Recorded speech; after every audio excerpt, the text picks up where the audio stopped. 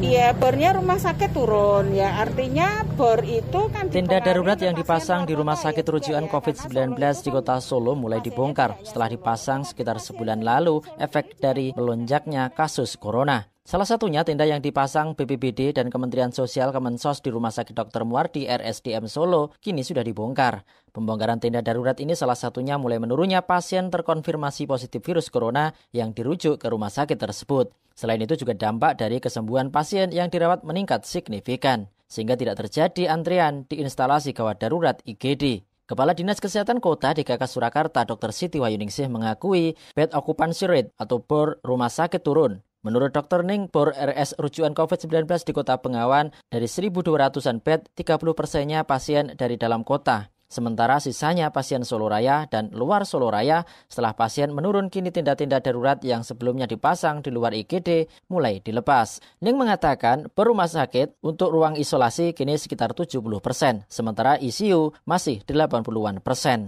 Jadi kerjasama seluruh pihak. Yang penting siapa? Penting masyarakat. Patuh pada protokol kesehatan. Jadi tenda itu kan menggambarkan UGD ya. Saya minta di UGD jangan keleleran memangnya. Sehingga kita beri tenda. Dulu kan terus diberi dari Kemensos itu, maksudnya kan memberi kenyamanan. Dan setelah UGD-nya turun, bisa masuk semua ya tendanya dilepas. Ning mengatakan penurunan pasien ini kerjasama seluruh pihak, tidak hanya rumah sakit namun juga peran kepatuhan masyarakat akan protokol kesehatan.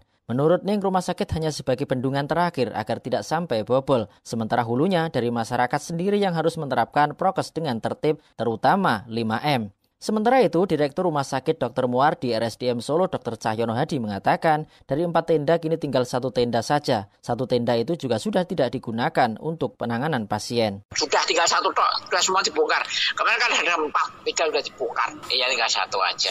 Itu sama tenda kosong COVID, semua nggak ada COVID. Meskipun bor rumah sakit rujukan COVID-19 sudah menurun sekitar 30%, namun Pemkot Surakarta belum akan memberi izin pengalihan penggunaan tempat tidur untuk pasien di luar COVID. Sampai saat ini seluruh tempat tidur di 15 rumah sakit rujukan COVID-19 masih 1.200-an bed. RRI Surakarta Melatoisan melaporkan.